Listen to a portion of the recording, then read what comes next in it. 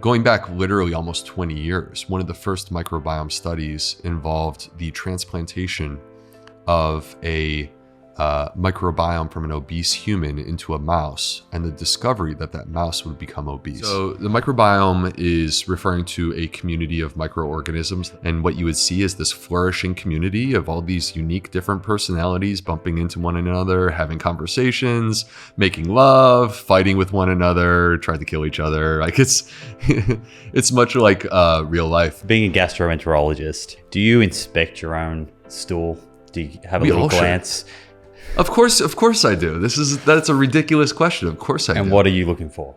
Well, I'm looking for the number one reason for liver transplantation in the United States right now is hepatitis C. But what we're expecting is that non-alcoholic fatty liver disease is going to overtake hepatitis C and very soon become the number one cause for liver transplantation. Today's episode is with Dr. Will Bulsiewicz. Dr. B is a gastroenterologist and two-time New York Times best-selling author.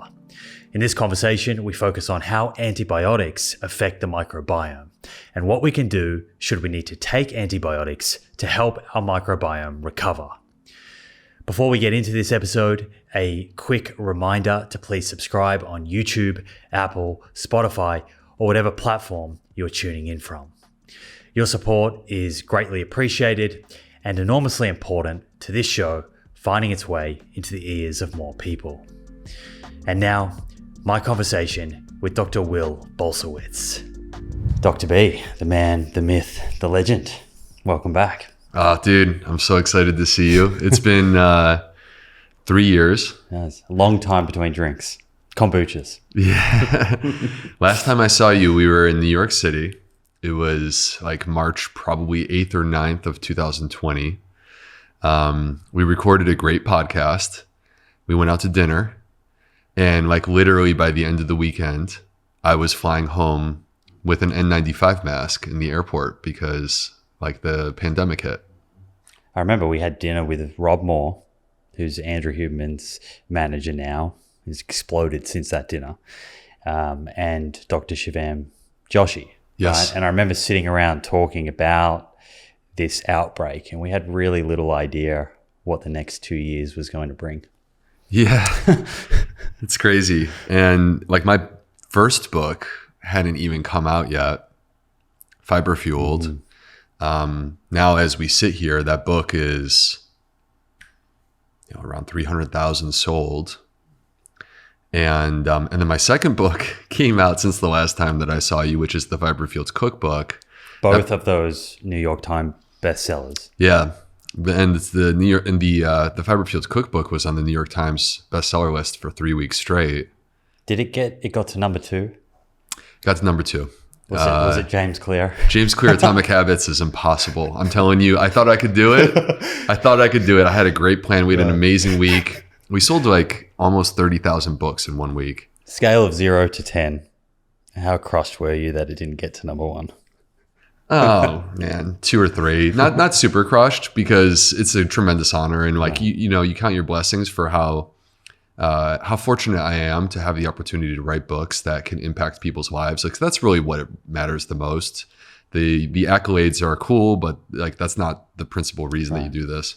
Yeah, was getting on the New York Times bestseller list though something that you gave a lot of thought to and something that you celebrated with your family?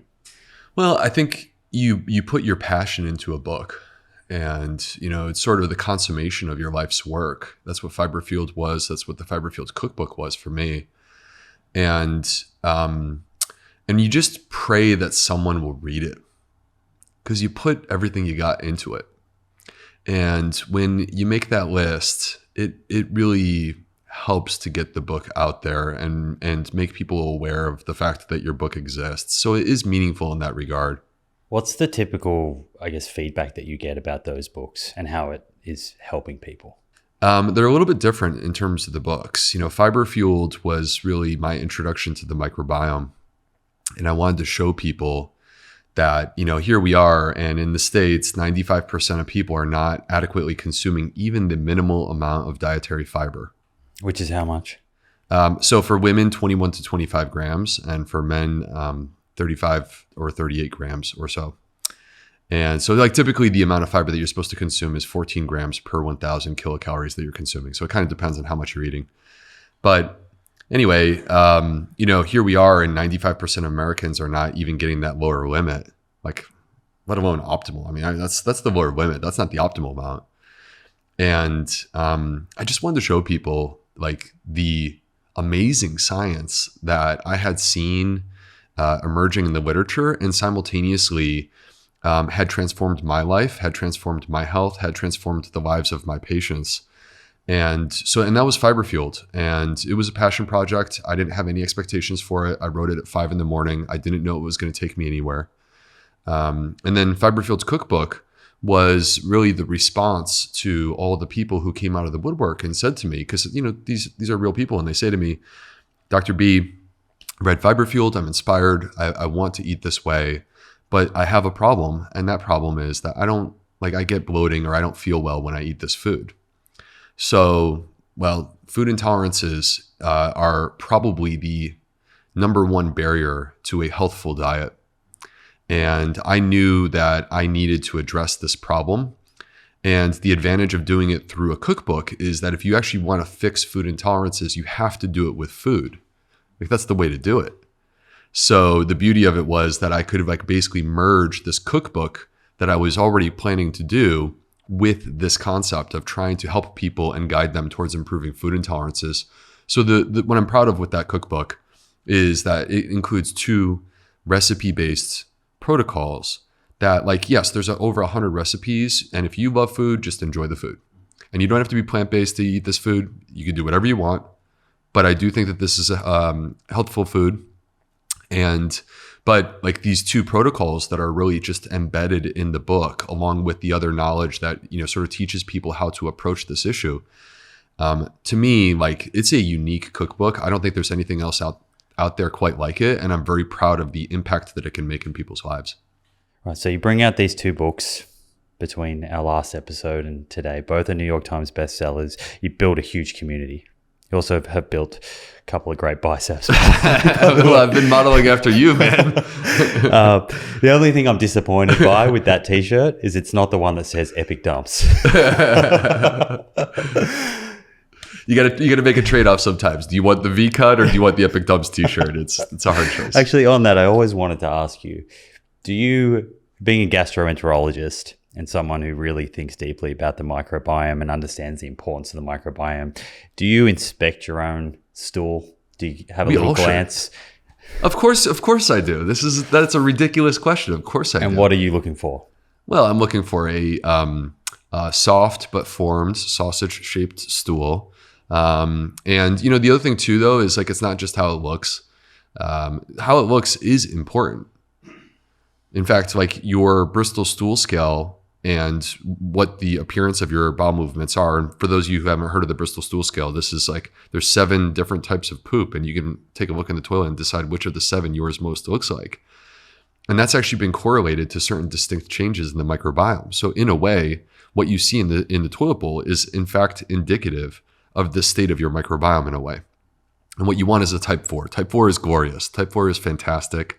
Type 4 is exactly where you're supposed to be.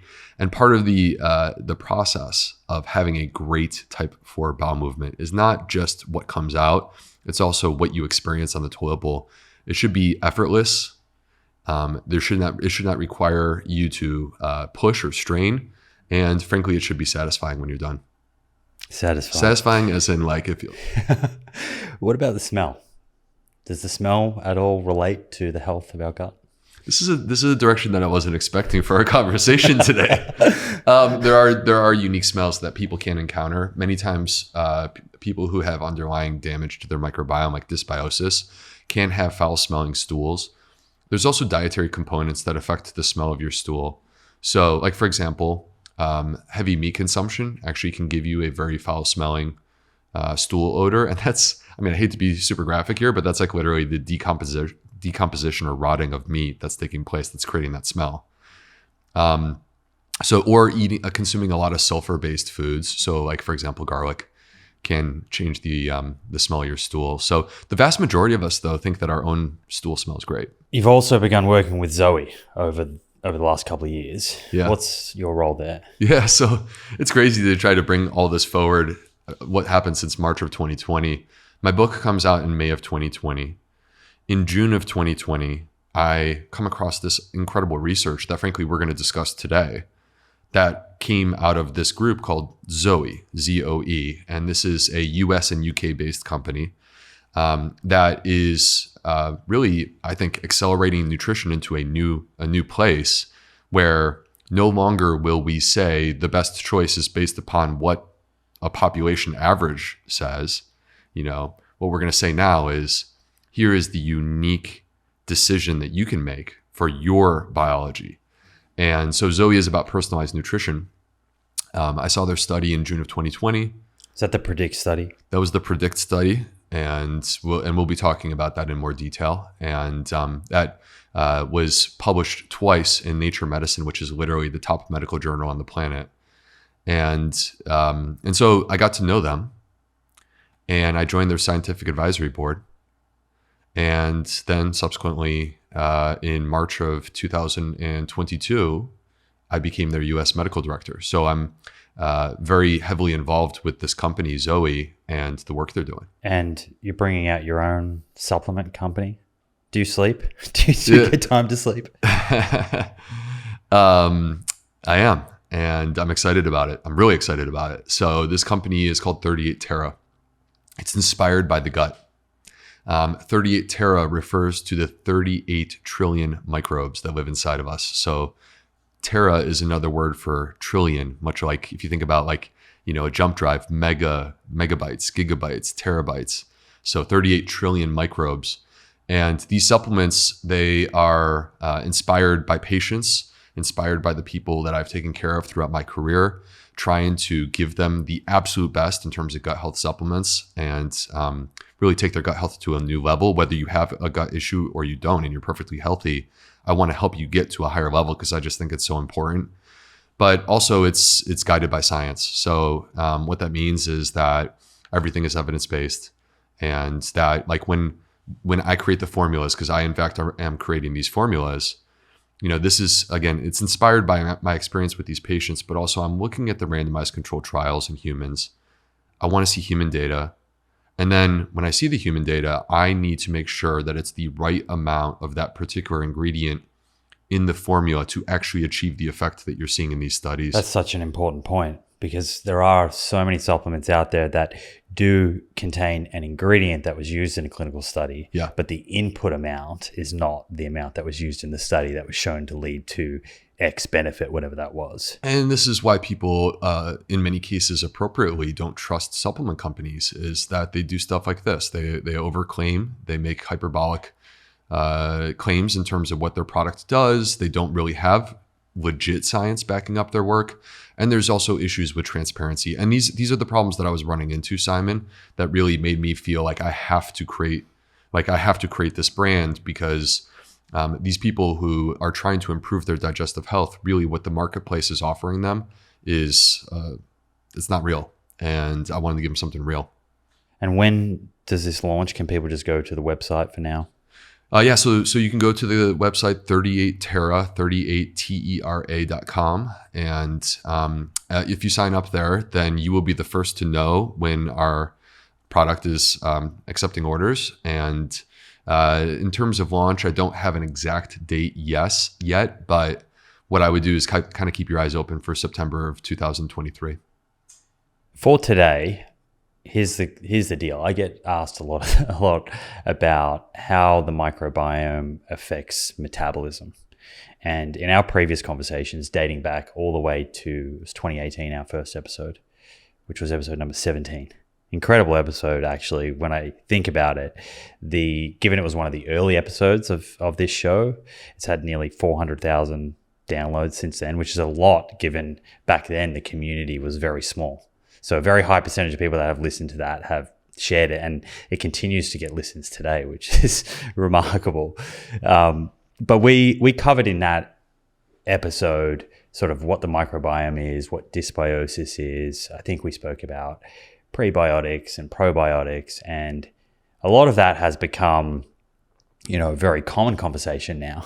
But I think at the time, even though that had been in the literature, you sort of had packaged that up in a way that was new, it was exciting and accessible. And that's why I think that episode really resonated. We were introducing these concepts, I think, to the American and Australian public for the first time. And many of them now are like mainstream concepts.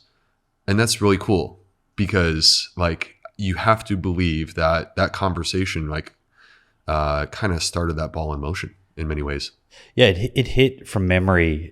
Definitely hit the top 10 in the charts in many countries, top 5, it was number 1 in some countries. And it changed the trajectory of this show hugely. And I know it kind of helped inspire the writing of your first book. Yeah, I mean, I literally decided what happened after that episode came out. So it came out in July of 2018. So that's like 5 years ago. And what happened, I think, for both of us was a transformative experience. Friends were telling friends. One person would listen, they would tell 3 friends.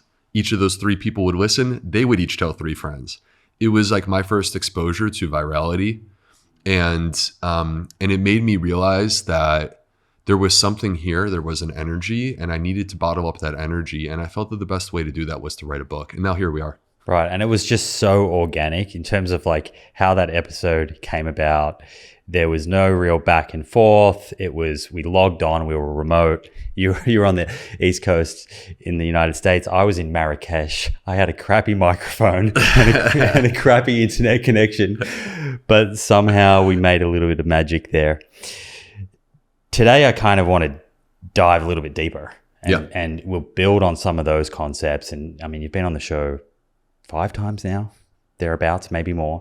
So we've covered a lot of territory, and we may go back and revisit some of the important principles. But then, what I really want to dig deep into is the microbiome, fiber, short chain fatty acids, and how this affects metabolism. Yeah. So to help guide that, maybe we start with some very simple definitions of what is the microbiome and then metabolism. So let's start with the microbiome. This episode is proudly brought to you by Inside Tracker. Track your blood biomarkers, understand your biological age, and receive personalized lifestyle tips backed by evidence to optimize your health. To get started with Inside Tracker today and get 20% off your first purchase, head to insidetracker.com/Simon. That's insidetracker.com/Simon for 20% off. So I'm so excited for this conversation. I feel like this is perfect because not only did I write my book about fiber and the health benefits and the microbiome, but also now as the U.S. medical director of Zoe, like we are a company that tests people's microbiome to tell them how to improve their metabolism. So that's cool. And I also wrote a review article that's going to be coming out in the American Journal of Lifestyle Medicine on some of these topics later this year. What is the microbiome? So the microbiome is referring to a community of microorganisms that are a part of our body. And they are invisible. We can't see them with the naked eye. If you pulled out a microscope, you would be able to zoom in. And what you would see is this flourishing community of all these unique different personalities bumping into one another, having conversations, making love, fighting with one another, trying to kill each other. Like it's much like real life, except it's occurring on a microscopic level and it's on your body literally right now. This is what's happening. The microbiome, it's mostly made up of bacteria. Bacteria are single cellular microorganisms, but there's these other things that are in there too. There can be fungi or yeasts. There can be these ones called archaea, which are not bacteria or yeasts. They're somewhere in between, but we also think that they're like literally the first inhabitants of our planet and have been around for at least 4 billion years, which is amazing.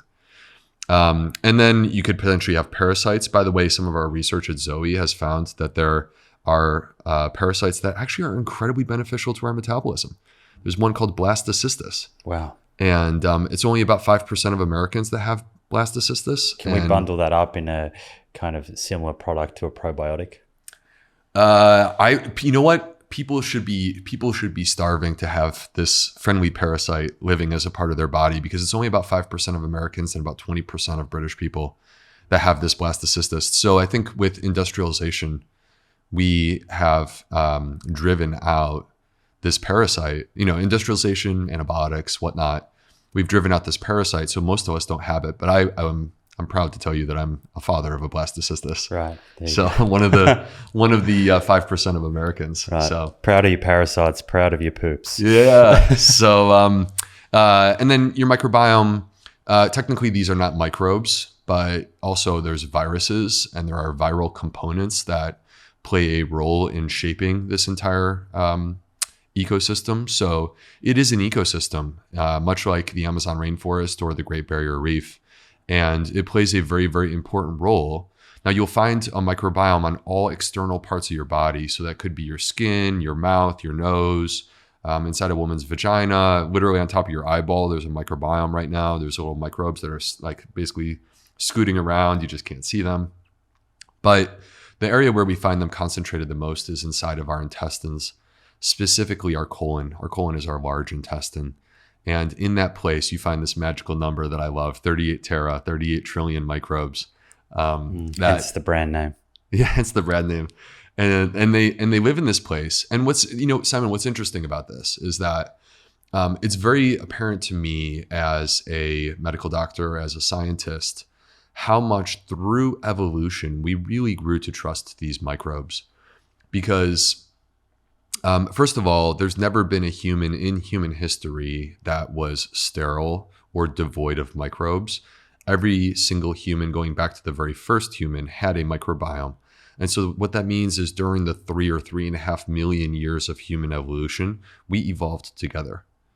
And when we survived, when we thrived, that allowed them to continue to take up residence and receive the good stuff that were given to them. This is what we define as a symbiotic relationship. They're helping us. We're also helping them. And through those 3 or 3.5 million years of evolution, we grew to trust them. And they took up a role in human physiology that is irreplaceable.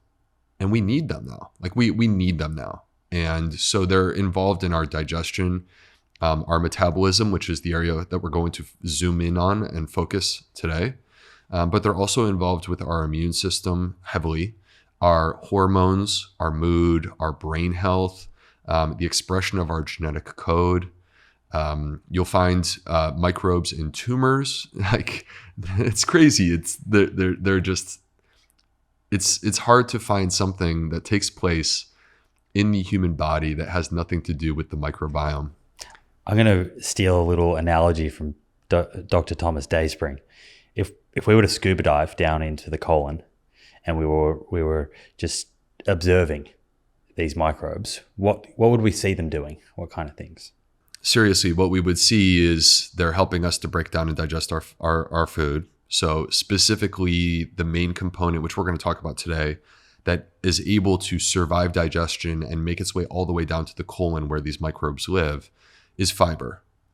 And dietary fiber is incredibly complex, and human beings do not have the enzymes to digest and break down fiber, but these microbes do.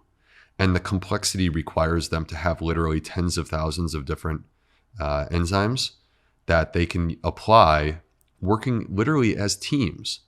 So in my mind, I'm envisioning this like similar to maybe an F1 racing, where, the car pulls over and here comes this team and they're all working as a team doing different things at different times to help to get that car tuned up so they can get back on the road and get moving. That's what they're doing with the fiber. They're unpacking it, working together as a team, using these unique enzymes that they have. That's one of the main things that they're doing. But, there's interactions that take place. And, the reason why I highlight this unpacking of fiber is that the creation of short chain fatty acids, specifically butyrate, acetate, propionate, the creation of short chain fatty acids is the main way in which these microbes are manifesting their impact in our physiology. And that includes the metabolism. So we will be like zooming in on short chain fatty acids and their role during our conversation today. And, I just want people to keep in mind that every single time we talk about short chain fatty acids, we are talking about microbes. Right. So crucial point here being that the 38 trillion bacteria in the colon sort of feeding on fiber or prebiotics, and the end product of that metabolism of fiber and breaking it down is short chain fatty acids. That's right. Okay. Or it could be resistant starches is the other thing that you could feed them. And actually resistant starches produce even more of these short chain fatty acids than fiber does. Okay. And you mentioned metabolism there. So let's double click on that. I think a lot of people will hear the word metabolism and think it's the rate at which you take calories in your food and turn that into energy that your cells can use.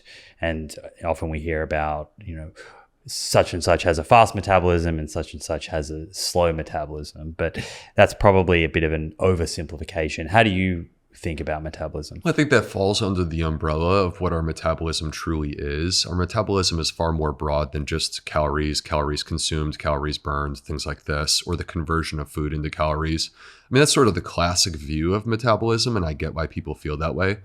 But metabolism, like the definition of metabolism, is really the biochemical processes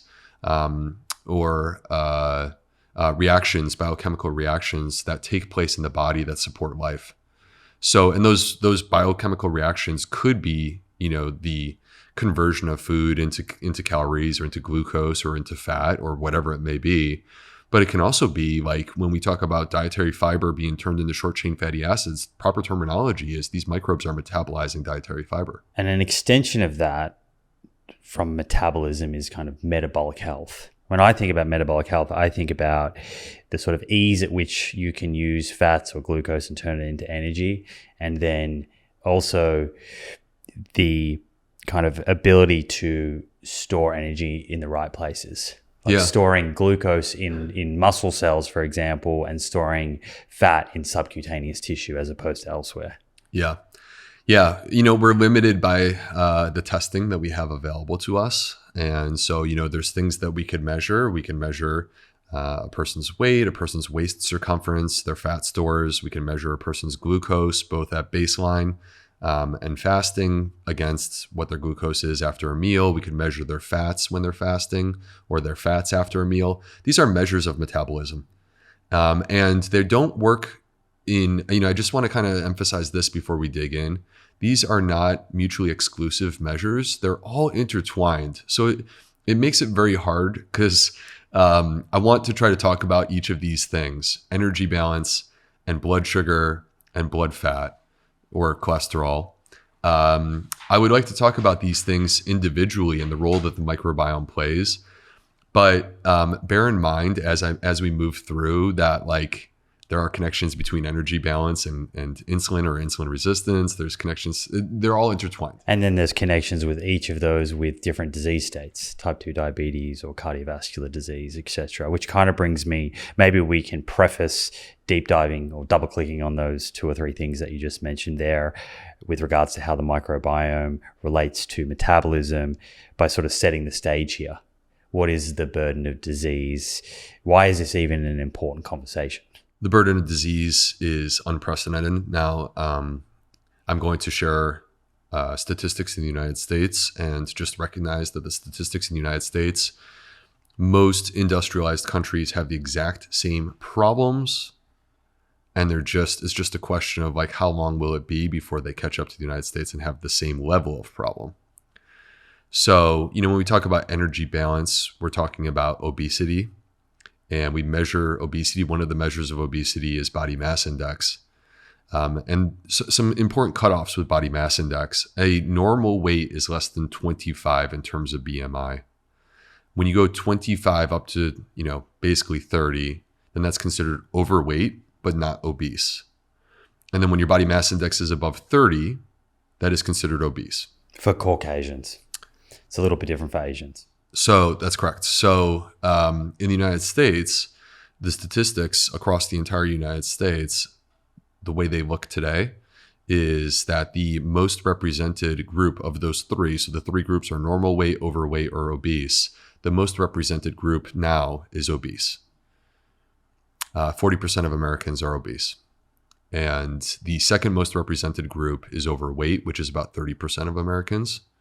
And each of those is like a little bit north of like a little bit more than 40, a little bit more than 30. So the least represented group is a normal weight, and that is less than 30% of Americans. Now, this is, by the way, a complete flip from what it traditionally has been throughout human history, is that traditionally throughout human history, number one would be normal weight, number two would be overweight, number three would be obese.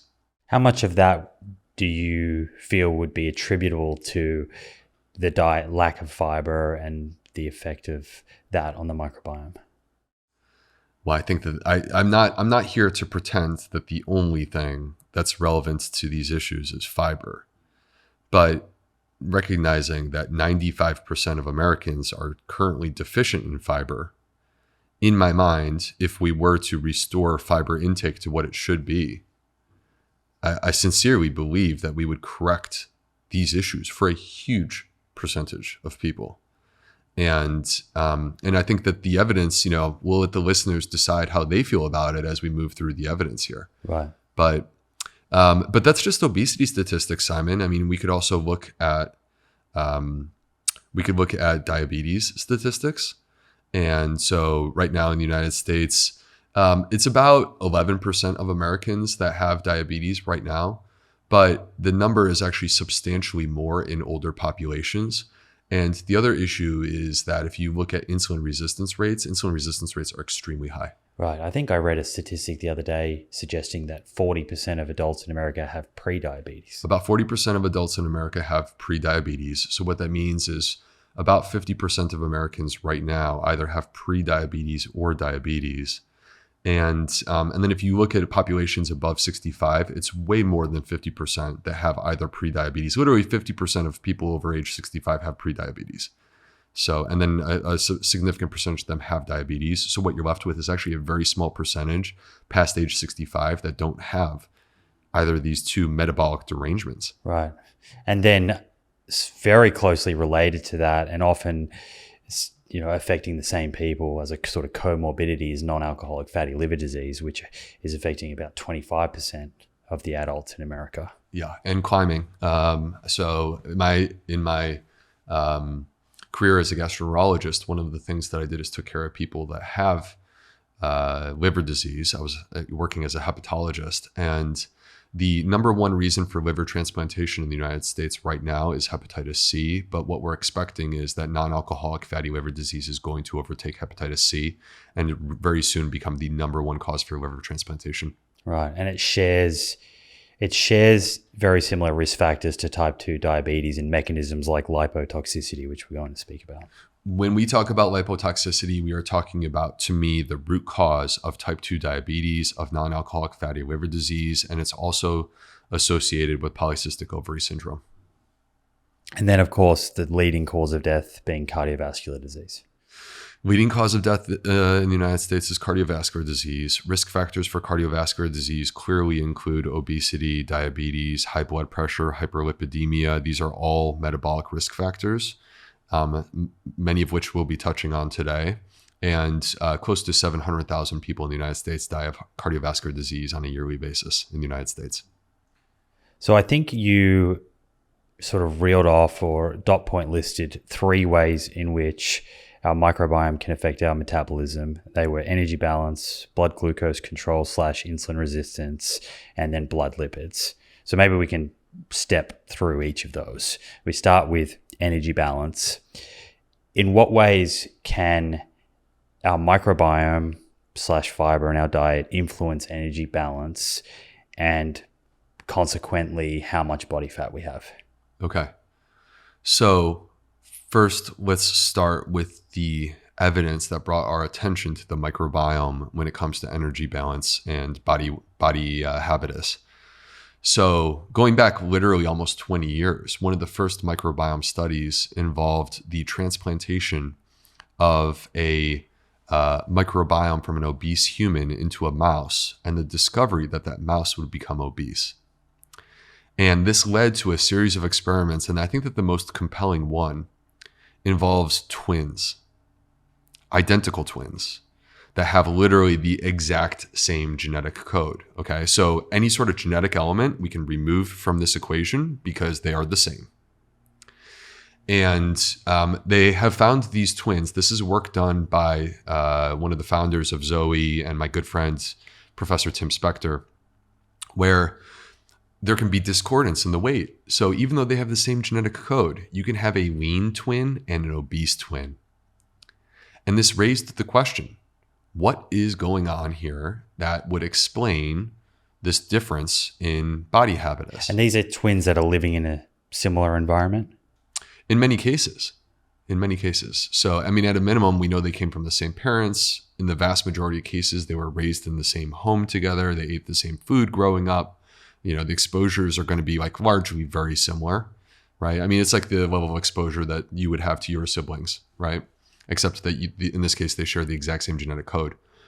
And so this sort of question, like why is one obese and one skinny? The way that they approached this was actually to see the effect of the microbiome. And the way of measuring the effect of the microbiome was to transfer the microbiome out of the human and into an animal model. And so they put it into these mice that did not have, like they were born in a special sterile laboratory where they didn't have a microbiome yet. And so one mouse received the microbiome from the obese twin and the other mouse received the microbiome from the lean twin. And then they would feed these mice literally the exact same diet, the exact same number of calories. Like they would both mice would eat the food. So there was no caloric intake difference. And they found that the mouse that receives the obese microbiome becomes obese. And the mouse that receives the lean microbiome becomes lean, even though they're eating the exact same food. It's so interesting. I wonder if they thought about doing the fecal transplant swap between the twins and looking at that.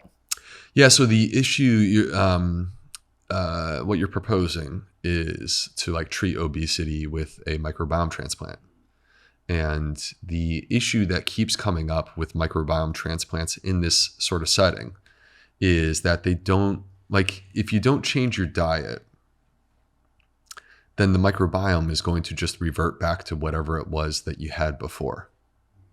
And so you can buy yourself a couple of weeks, but you can't buy yourself a lifelong new microbiome without supporting it with the proper diet. So you would have to have the diet match the microbiome for this to even conceptually work. Right. So we don't have evidence in humans that a fecal transplant can fix this or can alter, weight balance, energy balance. But that's not because the microbes aren't involved. We're going to talk about how the microbes are involved. I think that's more that it's just not that easy. So if we come back to that first study that you mentioned that they actually conducted where they took the fecal transplant from the overweight twin, if I heard this correctly, they fed that to a mouse and it gained weight. What are the proposed mechanisms that could explain how that occurred? So there's a number of different ways in which, since we're here to talk about the effect of the microbiome on our metabolism and energy balance, there's a number of different ways that our microbiome is able to sort of mediate our energy balance. And the three that I really want to sort of focus on, first of all, I want to talk about our microbiome's ability to achieve satiety. And basically what that means is us feeling full and no longer desiring or pursuing additional food or caloric intake. The second way in which the microbiome mediates this issue is through regulation of our energy balance and our fat metabolism. So looking at fat cells and whether or not they are, essentially growing larger and adding more fat, or whether they are actually reducing bodily fat intake. So, and then the third thing that I want to look at is the effect of these microbes on gut barrier function and how gut barrier function is very relative to our metabolism. Okay, so starting with satiety, in what ways would the composition of the microbiome be affecting how satisfied someone is with a meal? Yes. So there are new drugs that I think most people have heard of that hit the market in the last couple of years.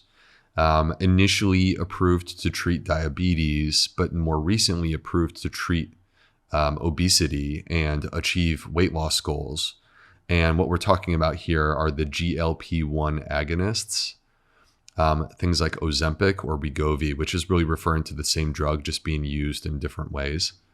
So these are GLP-1 agonists. They're recreating what a gut hormone does called GLP-1, glucagon-like peptide 1.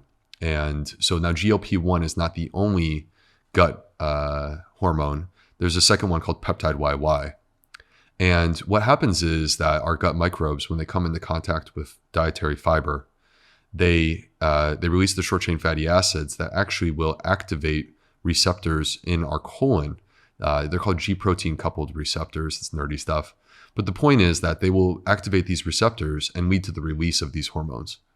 So when we hear about things like, GLP-1 and peptide YY, I want people to remember dietary fiber coming into contact with microbes, causing the release of short-chain fatty acids, is the physiology of how we ultimately get the release of these hormones. So if you're eating a typical American diet, which at the start, I think you said 95% of people are not getting enough fiber. Right. They would presumably have lower levels of GLP-1 and PYY. That is correct. And when we add more dietary fiber, and there are examples of studies that we could talk about, but when we add more dietary fiber, we actually see that there is increased release of, for example, GLP-1. And that the way that these hormones work is they will enter into the bloodstream, and they have a number of different unique effects. But if you take GLP-1, I'm going to focus on GLP-1 really because this is sort of a hotbed topic right now, because these are the drugs that have come out that are like, everyone is trying to get their hands on these drugs right now. Right, including people that don't have obesity. I believe they've become popular actually in Los Angeles. Yeah, just for like cosmetic weight loss, right? So, but nonetheless, the way that the drugs work, GLP-1 specifically, is that it impairs the movement of your stomach, so your stomach slows down. So now some people will get nausea as a result of this. But the other thing that occurs is like you start to lose your appetite. The GLP-1 does also seem to have an effect on our brain centrally that helps to make us feel satiated. And then it'll also have an effect on the pancreas and increase the release of insulin from the pancreas, which is the reason why this drug was originally developed to treat diabetes. But then they noticed that when they were treating people with diabetes, so many of them were having weight loss that they said, well, let's study it for weight loss. And they've done a series of clinical trials now that clearly show that when you use a GLP-1 agonist, you achieve weight loss goals. So, but the point of this is that here we are, and we live in a country where 95% are inadequately consuming fiber. And we're now adding these rather expensive drugs that have potential for side effects to replace GLP-1. And the way that I feel about it is, why don't we just like get the fiber back on board first and see what happens? Yeah. So to reiterate a few of your points there, if we're incorporating these fiber-rich foods into our diet, where the microbes are breaking down the fiber, we're producing short-chain fatty acids. These short-chain fatty acids are then increasing or causing the release of these hormones, PYY, GLP-1, which is then leaving us more satisfied. So we're less compelled to continue to eat. And that's how this is affecting energy balance. Yeah. And I can give you a quick example of this. So there was a study that they did, Simon, in humans, where they fed them, these humans, 2 burgers. One burger was made out of pork and cheese, more of like a traditional type burger. And the second burger was made out of tofu. And they made sure that both of these burgers were the exact same number of calories and the exact same macronutrients. The difference was the fiber. The tofu burger was high in fiber. The pork burger was not, because the only thing that had fiber with the pork burger was the bun. The bun had a little bit of fiber, but really not much. And they measured all these hormones. They literally measured them after the meal. And what you see is that there's a significant increase in GLP-1 after the tofu burger relative to the pork burger. There is a significant increase in peptide YY release after the tofu burger compared to the pork burger. And with this happening, the expectation is that this results in a person feeling more full. And that's exactly what happened. People, even though they were eating the exact same number of calories, the tofu burger was more satiating than the pork burger was. In terms of someone kind of actioning this in their lifestyle, getting more fiber into their diet, what's your kind of recommendations for how they think about that when they're at the grocery store? Well, as we have discussed on prior episodes, there is this one central rule to gut health that just is critically important, and we all need to do it. And the problem is that our food system will not do it for us. So ultimately, it becomes imperative that you consciously make these choices. And the choice is to eat a wide variety of plants. Diversity of plants has now been repeatedly shown, including in our own work at Zoe, has been repeatedly shown to be the number one independent predictor of a healthy gut microbiome. And in the original study, which was called the American Gut Project, in that study, the people with the healthiest guts were eating at least 30 different varieties of plants per week. Now, plants are not just vegetables. This is fruits, vegetables, whole grains, seeds, nuts, and legumes. Every single one of them counts towards that number. And by the way, don't stop at 30. I know in the past, you've had the plant proof 40. You've recommended people strive towards 40. And what I say is, look, wherever you are, the average American right now is probably eating 8 or 10 plants per week. Like that salad with iceberg lettuce and 1 tomato is not currently cutting it. And so we need to increase. Let's get a bit more adventurous. Yeah, and don't put pressure on yourself to have to hit this magical threshold of 30. If you go from 10 to 20, you're doing amazing work. Your microbes thank you. And if you go from 20 to 30, even better. And we can keep cranking this up and get yourself to a place where you're thinking about this when you go to the supermarket, or you're in the kitchen cooking, or you're creating a plate for dinner. You hear either me or Simon Hill, our voice, or us collectively saying diversity of plants in your ear in a non-creepy way. And you do it. And then this is like how we ultimately achieve more fiber, but also better gut health. So we're eating for ourselves, we're eating for our microbes. And when we do that, they're going to reward us. They reward us with short-chain fatty acids. And then short-chain fatty acids do magical things like release GLP-1 and peptide YY. Mm-hmm. This is just one example of what they do. We can keep going. Right. Well, the second thing that you mentioned on your list there was related to fat storage, fat metabolism, and how that affects energy balance. So explain that connection between the microbiome and fat metabolism. Yes. So our body is conditioned for survival. And it evolved in a setting of food scarcity.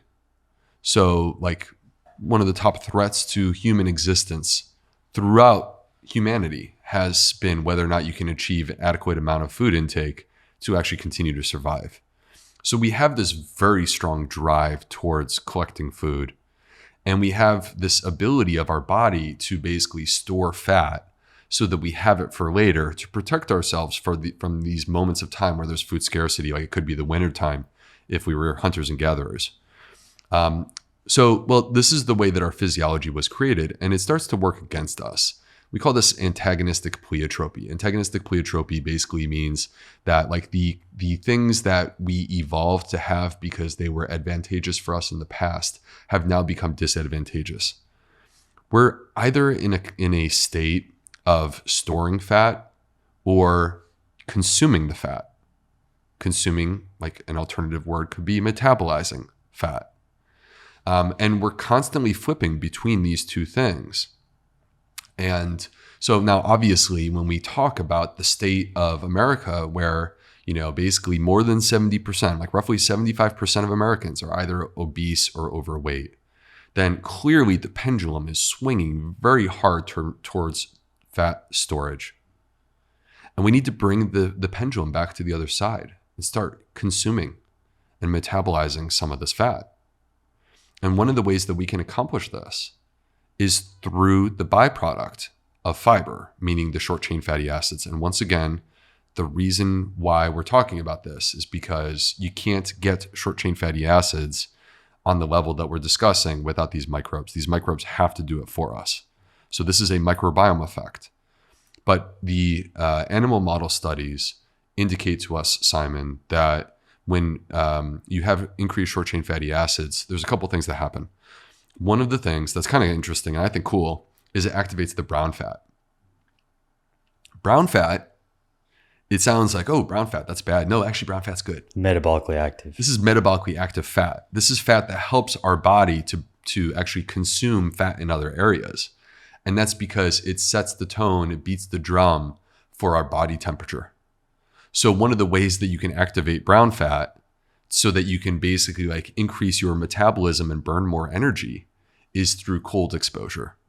This is why people are doing cold plunges these days. Activate the brown fat, basically force your body temperature up and burn more calories. Well, the other way that you can activate the brown fat is by consuming fiber. Short chain fatty acids activate the brown fat. In addition to activating the brown fat, short chain fatty acids also block the uptake of fatty acids into the fat cells, meaning that you are stopping that process of creating more fat that we were talking about. And then the last thing is that actually short chain fatty acids have been demonstrated once again in animal models to increase our metabolism in the sense of energy metabolism. So we are burning more energy as a result of short chain fatty acids. So when you take all of these things in combination, you think about this, we're like basically stopping stuff from adding more fat. We're simultaneously activating the brown fat. We're trying to energize our body and create more consumption of fat. This is how we reduce our fat stores. And then the third thing that you mentioned was gut barrier function.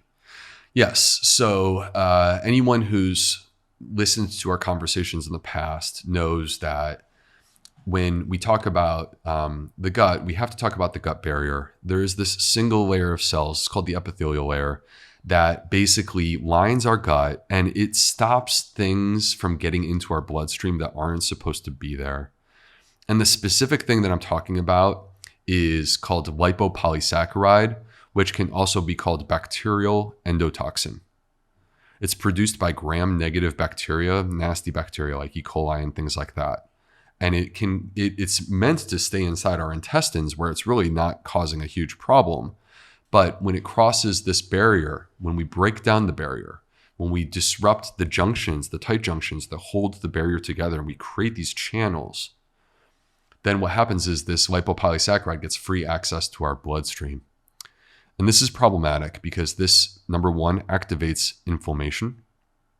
It activates inflammation throughout the entire body. So if you check like a systemic inflammatory marker, you will see higher levels of inflammation. A measure this could be like a CRP.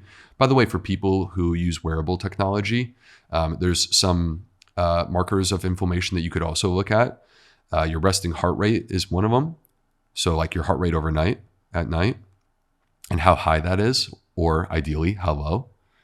And another is your HRV, which is your heart rate variability.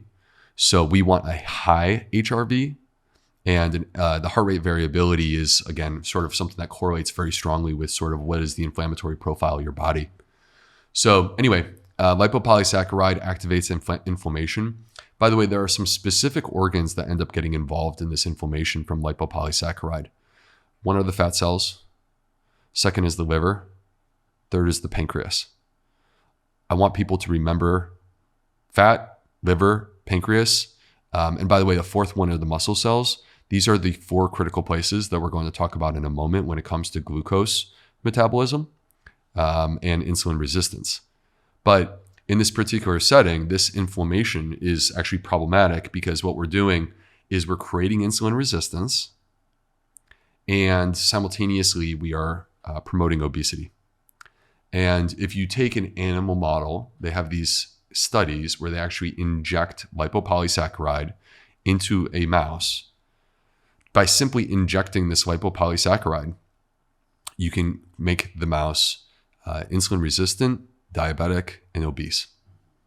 And if we look at this, in terms of, okay, so lipopolysaccharide can potentially have this problem. Well, if you take a look at some of these specific groups of people, phenotypes, take a look at the microbiome of a person who's obese, take a look at the microbiome of a person who has type 2 diabetes, take a look at the microbiome of a person who has non-alcoholic fatty liver disease. And what you find in all cases is that there is dysbiosis and increased intestinal permeability in all of those cases. Right. So bringing this back to how this is occurring, that fence, the gut lining that separates the bacteria from us.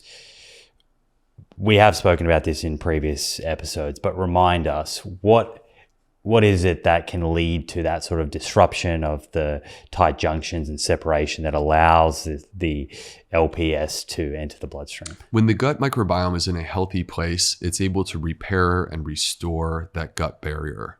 So they're kind of the stewards of taking care of this for us. If the fence gets broken down, they'll fix the fence. But when the gut microbiome is not in a good place, if the fence gets broken down, there's no one to come and fix it. And so this is what we call dysbiosis. And in the setting of dysbiosis, the typical findings that we see are a loss of diversity within the microbes. So you have less species of the microbes, less balance within the microbial system. And when I say less balance, also what you see is less of the good guys, which are the butyrate or short chain fatty acid producing microbes. Those are the good ones that we want. And you see more of these inflammatory microbes that start to pop in. So, one thing I should mention real quick, Simon, is I mentioned that if you inject lipopolysaccharide into an animal model, that they will develop not only obesity, but insulin resistance. There's actually research in humans with insulin resistance. And I know we're going to talk about insulin resistance more in a moment, but since we're talking about energy balance, I feel like I have to say this here. Again, like these things are intertwined. But there's research actually in children where it's kind of, I find this compelling. They took a group of overweight kids and they took them to a buffet and they looked to see who was overeating. And they discovered that the number one predictor of overeating among these kids was actually insulin resistance. Yeah. So it kind of ties together because insulin resistance, again, these things don't operate in isolation, is going to also be tied to this metabolic disturbance where you don't have adequate levels of GLP-1 and peptide YY. So you're not getting satiated after a meal. So then you eat more. But right? Also gut barrier function. Yes. So all these things are sort of in play at the same time. And this is part of the reason why these drugs like Wegovy are effective, is that you're helping to sort of disrupt this vicious cycle that's happening. This talk of gut barrier function reminds me of a conversation I had with Justin and Erica Sonnenberg. And his acronym MAX? No, what is it? Microbiota accessible carbohydrates. Oh, yeah. Right. That's what he uses in his published studies. And he was talking about when you are consuming a fiber deplete diet, so you don't have these microbiota accessible carbohydrates.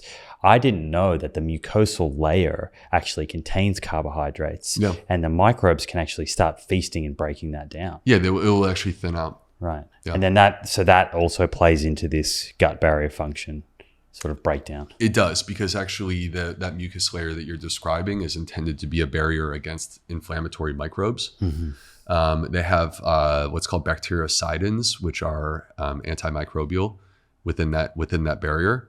And so if you break that down, then you are breaking down one of the protective mechanisms that stops the lipopolysaccharide from getting to the bloodstream. Not directly related to the microbiome, but I remember we were having a discussion and you were telling me about some research, it may have been out of Zoe, looking at blood sugar dips and how that can affect satiety. Yes. So I find this to be fascinating. And so before we jump into this, because we're talking about blood sugar and like what happens with your blood sugar after a meal specifically, In a moment, we're going to tie blood sugar to the microbiome. So in this particular study, it was not a microbiome study, but I just want to interesting nonetheless. Yeah, I want to frame it because you can't separate these things just because we didn't study the microbiome in the study. If the microbiome is affecting our blood sugar, then that's very relevant to this study as well and may explain some things. So I would like for us at Zoe in the future, we may look at this with the microbiome lens. So, but we discovered something really interesting when it comes to sugar tracings, like people who are interested in continuous glucose monitors. People tend to focus on the area under the curve. How high is the spike? What is the takeoff of the spike? Like how quickly do you spike your blood sugar up? Are questions that people ask. And what gets ignored is what happens 2 to 3 hours after the meal, which actually is where some really important things can be potentially taking place. After you initially have your blood sugar spike, your blood sugar after about 2 hours is going to come down and it's going to reset. And the question is, how does it land? Does it land back where it started? Or does it continue to tank? And go lower than where you started. And go lower than your baseline. That's a dip. And that's a blood sugar dip. And for the people who are listening at home, I want to ask you a question. Do you ever eat a meal specifically, kind of like a junk food meal? And somewhere in that range of 2 to 3 hours after the meal, so we're talking like 2 or 3 in the afternoon, you just feel like trash. You're fatigued, you're tired, and actually you're hungry, right? And what you have experienced, if you were to measure your blood sugar, if you had a continuous glucose monitor, you might have seen this, is probably a blood sugar dip. Because what happens is you drop below your baseline, and it's our brain, Simon, needs sugar from the blood in order to fuel itself. So our brain is highly sensitive to this, and it starts to panic because it goes, whoa, like the blood sugar is dropping. I need fuel. Therefore, you feel less energy, but you also start to seek out carbohydrates. You get hungry. And then you follow this up with simple carbohydrate meals.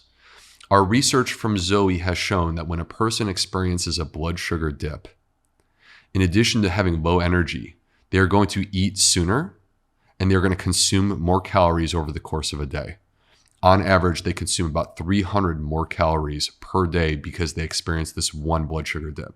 And what's the best strategy for reducing the chance of experiencing a blood sugar dip? People who consumed a high fiber meal were far less likely to experience a blood sugar dip than people who were consuming a simple carbohydrate meal. Okay, so this so far is mechanisms related to fiber, microbiome, short chain fatty acids, and how they can affect metabolism and energy balance. Yep. But mechanisms are one thing. What evidence do we have that all of this plays out in humans? Yeah, let's put it to the test. We don't want to just take mechanisms. That's not the way we roll. We want to take real human research. And we're going to turn to a famous NIH researcher named Kevin Hall. He does metabolism research, and he's very well known for these studies where he'll take a group of people and I'm not sure how much they're paid to do this, but they will get locked up in essentially like dormitory, and they will just eat the food that he's providing to them. Okay, so we call this a metabolic ward. And essentially they're enrolling in a clinical study for more than a month, and they are served trays of food, and they're not allowed to bring in any outside snacks or anything like this. Okay. So in this metabolic ward study that we're about to talk about, that was published in Nature Medicine in February of 2021, they did 2 weeks on a completely plant-based diet, and they did 2 weeks on a ketogenic diet, an animal-based ketogenic diet. Now, both of these diets were matched for protein intake. So protein was the same. It was the carbs and the fat that were different. So of course, the keto diet was high fat, low carb, and the plant-based diet was high carb, low fat. And there were 2 other major differences between the groups. The plant-based diet was high in fiber. The keto diet was high in saturated fat. Now, with both of these, they were served food and then they were told, eat until you're full. Just keep eating till you're full. Okay, so they were not cut off. Right. Ad lib. And everyone crossed over, so they were controlling for themselves. So each person got to do 2 weeks on each of these diets. And basically what we see is that, so I want to pull up a figure here for everyone to take a look at. What we're looking at here is the body weight change that's taking place, being measured in kilograms, by the way. So bear in mind, each kilogram is 2.2 pounds. Just to be clear as well, you're talking about the folks that are tuning in on YouTube. If you're listening on Apple or Spotify, you might need to flick over. Okay, and I'm going to describe it so people can also hear it through my voice. But if you're on YouTube, you can take a look, and you might want to pull up YouTube if you're just listening on the audio. But basically what you see here on this first graph is that the red line is going to be the animal-based keto diet. And people are clearly losing more weight on the animal-based keto diet. Are you disappointed, Simon? No, because I know the results. Okay. So people did lose more weight on the ketogenic diet, but the question is, what kind of weight were they losing? Because there's this assumption that many times we jump to of, oh, I lost weight, that must be good. But what if you're losing the part that you don't want to lose? And so the next thing that we're going to take a look at is the fat-free mass and how much this was changing. Now, fat-free mass, what is this? Muscle, water, bones. Exactly. Now, hopefully they're not losing bones. So basically what they're losing here with this is muscle and water. And what you can see is that with the red line, that on the animal-based ketogenic diet, there is a significant decline in fat-free mass that takes place during the first week. So, once again, like when you cut your carbs, you pee out and you look great in the mirror, but what you've lost is not fat, you've lost water weight. Right, you've depleted glycogen, and with that comes a lot of water that's lost. Yeah, and like, look, I mean, if I were competing in a bodybuilding competition, that's what I would do in the last, couple of days before the event. But nonetheless, so the plant-based diet, though, like you don't want to lose fat-free mass, and the plant-based diet was maintaining its fat-free mass throughout the study. So that's a beautiful thing. What you did want to lose was fat. You want to lose fat mass, right? We want to burn fat. So we've been talking about this, the second sort of thing that short-chain fatty acids do is they help us to consume the fat, metabolize it, get rid of it, get it out of our body. And guess what? That is exactly what we see on the high-fiber plant-based diet. Over the course of 2 weeks, they lost significantly more. You can see a separation between the lines. There's a significant decrease on the plant-based low-fat diet in terms of their fat loss, as opposed to the keto diet, which did lose some fat, but not nearly as much as you did with the plant-based diet. So they're metabolizing their fat. Now, this is really cool because it brings us back to the very first point about fiber and microbes, which is that they make us feel full. We achieve satiety. Right, so they measured how satisfied people were. They measured hunger, satisfaction, and fullness, and the two diets were exactly the same. Despite eating almost 700 calories less. This is the key. Is in this last graph for those on YouTube, what you see here, the red line is the keto diet, the green line is the plant-based diet. And on the plant-based diet, every single day that they were on the plant-based diet, they consumed less calories on average, even though they achieved the exact same levels of hunger, satisfaction, and fullness.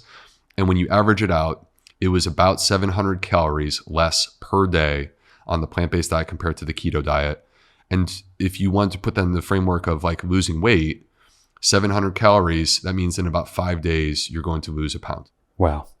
And just to be clear on the bodybuilding strategy for getting ready for a stage, I think that the protocol tends to be some calorie restriction, carb restriction going in, but then on the day they often carbohydrate up to get that glucose to kind of flood back into the muscles and puff up. So just want to make that clear for your next bodybuilding comp. Well, I have yet to enter a bodybuilding competition, but I will consult you next time. Right. Thank you. So let me play devil's advocate. That's a 2-week study, right? Yeah. How do we know if that continues to kind of play out over the long term, or if there's some type of adaptation process, and then the difference in calorie consumption starts to even out? Sure, we can take a look at randomized controlled trials where people increase their fiber intake have clearly demonstrated, this is by the way from Andrew Reynolds in The Lancet 2019, have clearly demonstrated that people lose weight when they increase their fiber consumption. There's also waist circumference data that shows that fiber consumption achieves a lower waist circumference. And there's also fat loss data that have been shown as well. So, and those are the randomized controlled trials. The other thing that we could look at is long-term population-based data. So one of the areas where we often will take a look are the Adventist 2 studies. So in the Adventist 2 studies, they were studying the Seventh-day Adventists.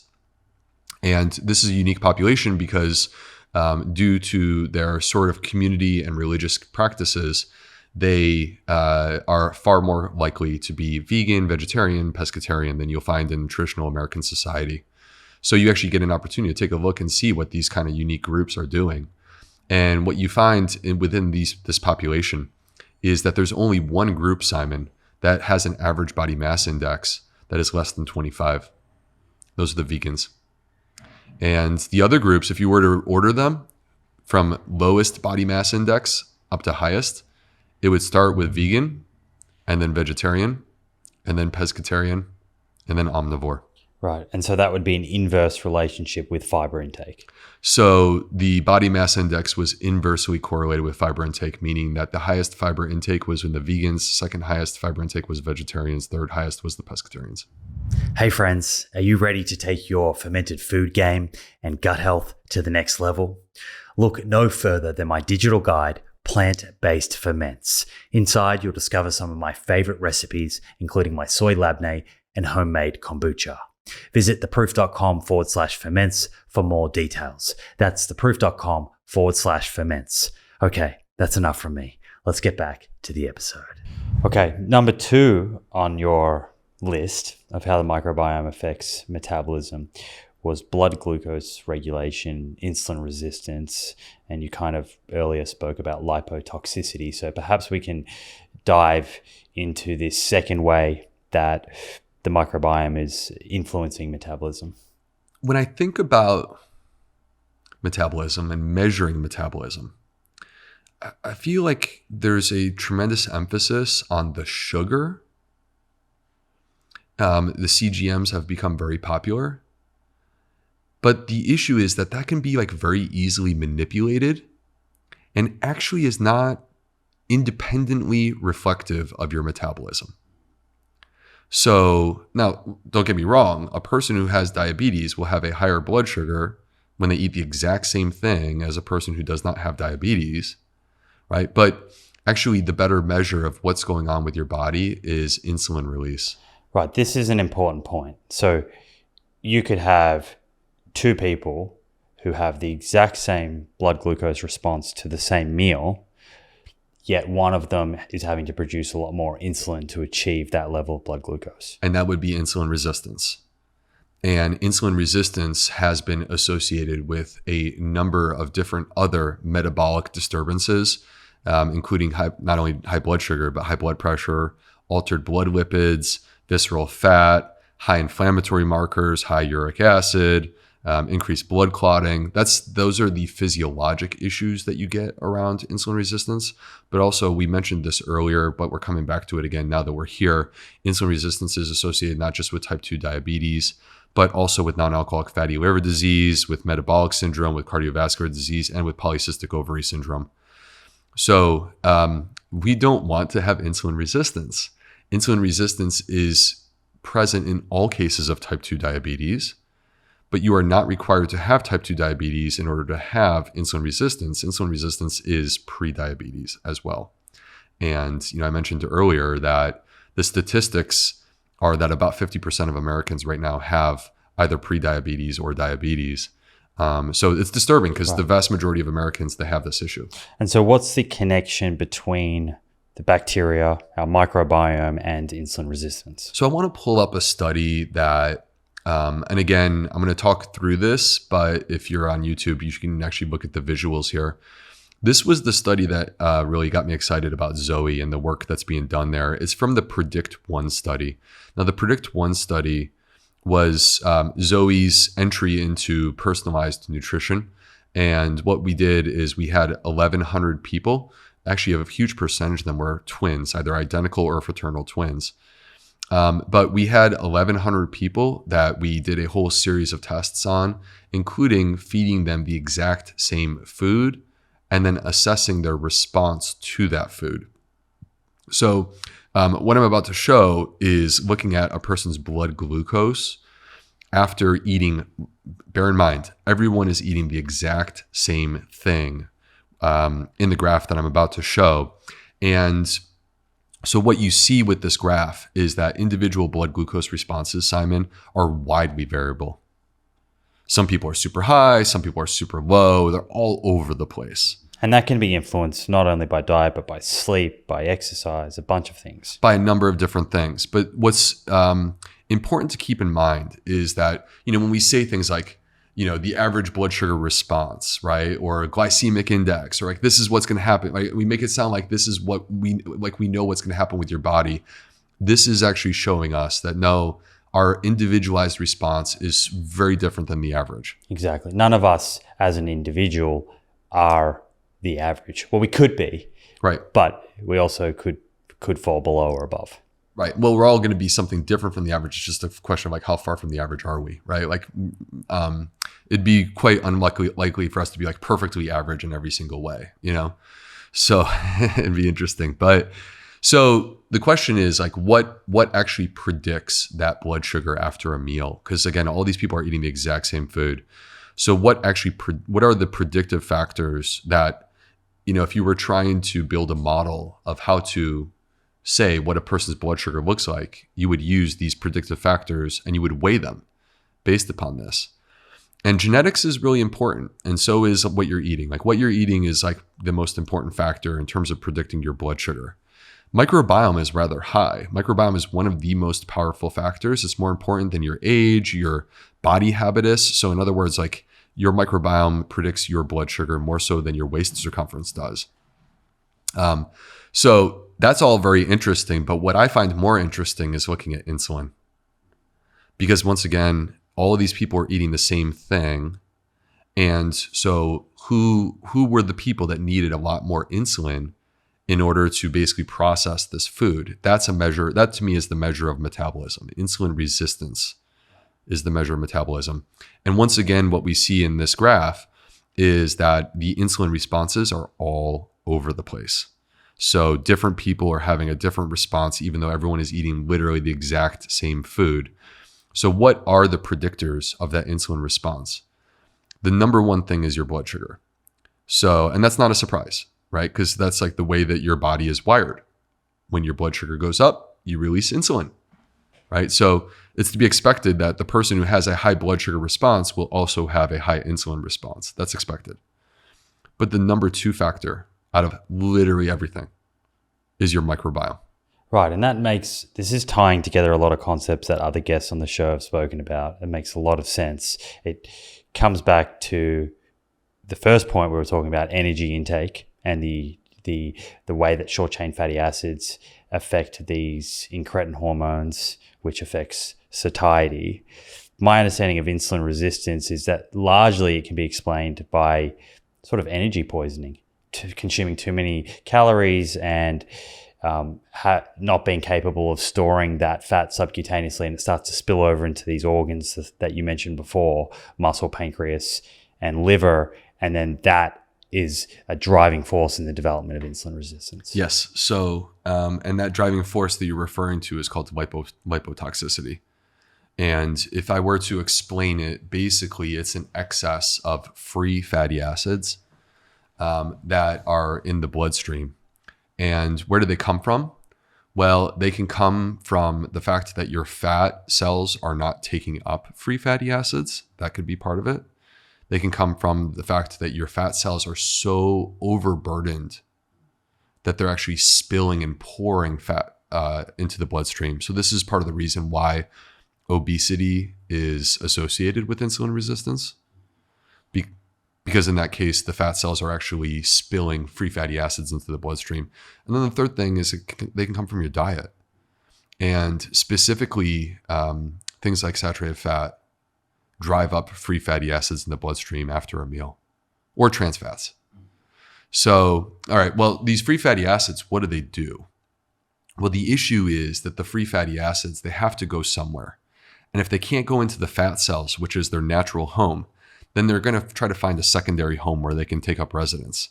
The places that they take up residence are the organs that we were discussing earlier, where inflammation takes place as a result of endotoxemia. The pancreas, the liver, and the muscle cells. Now, most people don't realize this, but when you eat a meal, your muscle cells are actually the most important organ in terms of regulating your blood sugar. I mean, aside from insulin, where does the glucose go? The answer is 80% of it goes into muscle cells. It's like a sponge, or it should be. Yes. So this is the place that basically can suck up that glucose. And this explains, by the way, Simon, why taking a walk after a meal and just activating your legs, not even a run, just taking a walk and activating your legs can help to bring your blood sugar down and regulate your blood glucose. So the problem is that when you have excess free fatty acids, they will actually enter into these muscle cells. And we call this intramyocellular fat. And it's been clearly demonstrated that this exists. And when you have a gummed up fatty acid deposition within these muscle cells, then the insulin is not able to actually do its job because the muscle cells are not accepting glucose because they're gummed up with fat. So basically the glucose is supposed to be going into the muscle tissue, but it can't. And so it stays in the bloodstream and it goes up, up, up, up, up, up. Which is forcing the pancreas to work harder. Which is forcing the pancreas to work harder. So the pancreas doubles and triples down. Okay, more insulin, more insulin. If I give more insulin, eventually you're going to take this glucose. And the problem is like that. That's like literally, I'm describing insulin resistance right there. Yeah. There's an analogy that I often share to help people understand glucose homeostasis. I might quickly share that.